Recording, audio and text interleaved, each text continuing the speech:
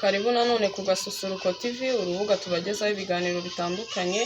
Ikiganiro twabageneye uyu munsi ni ukubereka uburyo watekamo ifiriti ariko uyikase uburyo butandukanye, indi modeli itari yo wenda twaberetse, kuko wenda ntabwo nayita ngo imenyerewe, ntabwo nzi imenyerewe ari iyi, ariko itari yo twaberetse indi modeli ubu cyangwa se ubundi buryo.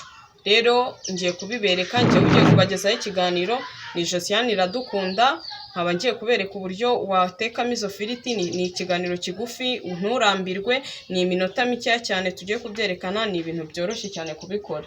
Rero tugiye gutangira tubereka uburyo ushobora gukatamo izo firiti. Ndakenera ibirayi ikiro, nkenera umunyu, nkenera n'amavuta n'isafuriya byonyine, nta kindi kintu ndi bukenere. Rero ngiye kubereka ukuntu bikora. Murabibona ukuntu iba imeze, ni akazeru.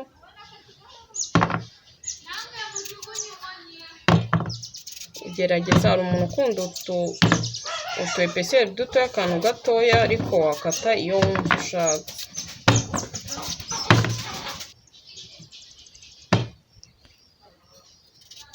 Murabibona uko ndi kugenda nkata, ndi gukata epeseri nini ku buryo urya ifiriti ukumva ko ari ifiriti. Urabona dutoya, ntabwo ukata gutya, ushaka wakata gutya, ariko wakata gutya. Nk'iki kirayi tutari twakata, ugihagarika gutya, ntukigire gutya, ukakigira gutya ugakata.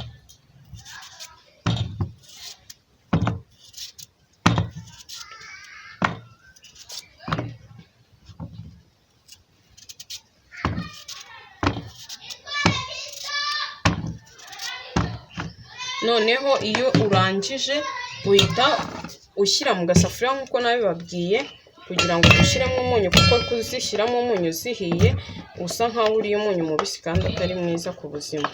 Rero ibyiza tuwushyiramo gutya tukawutekana, n'ubundi kubera ko aba ari akunyu gakeya umuntu ashyiramo, atari mwinshi.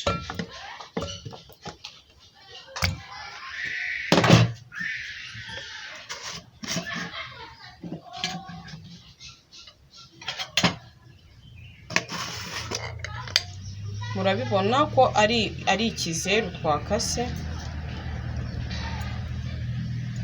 Dushyizemo agace k'akayiko gatoya, ni agace, ntabwo ari ikiyiko cyose, ni agace.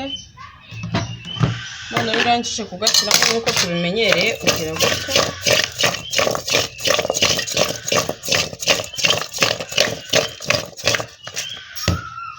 Noneho tugiye gushyiraho isafuriya, dushyiremo amavuta. Reka dushyiremo amavuta.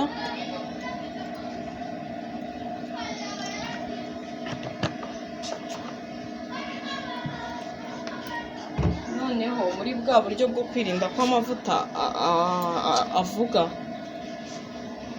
tugiye gushyiramo n'ifiriti.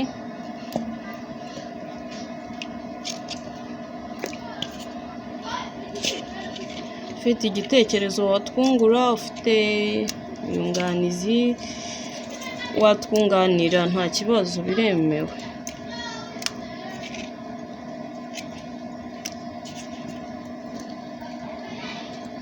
Kuko amavuta atari yabira, nabira ibi biri hejuru bisa nkaho bitariho amavuta, biraza kubirirwa n'amavuta.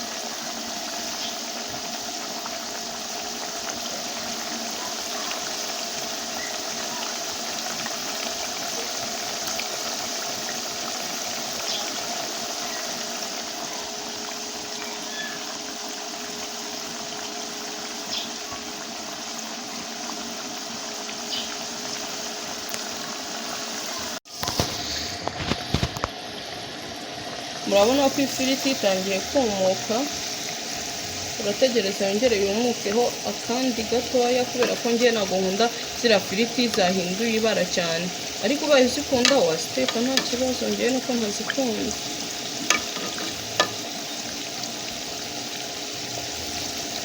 murabona ko bya bindi nababwiraga by'amavuta ari byo zose zahiye kandi neza kubera ko amavuta yabize nyine arazikwiye. Murabona rero ifiriti irahiye neza, tugiye kuyarura noneho tubereke uko twayiteguriye agasalade ko kuyifatisha. Reka tuyarure tubereke. Mwakoze kubana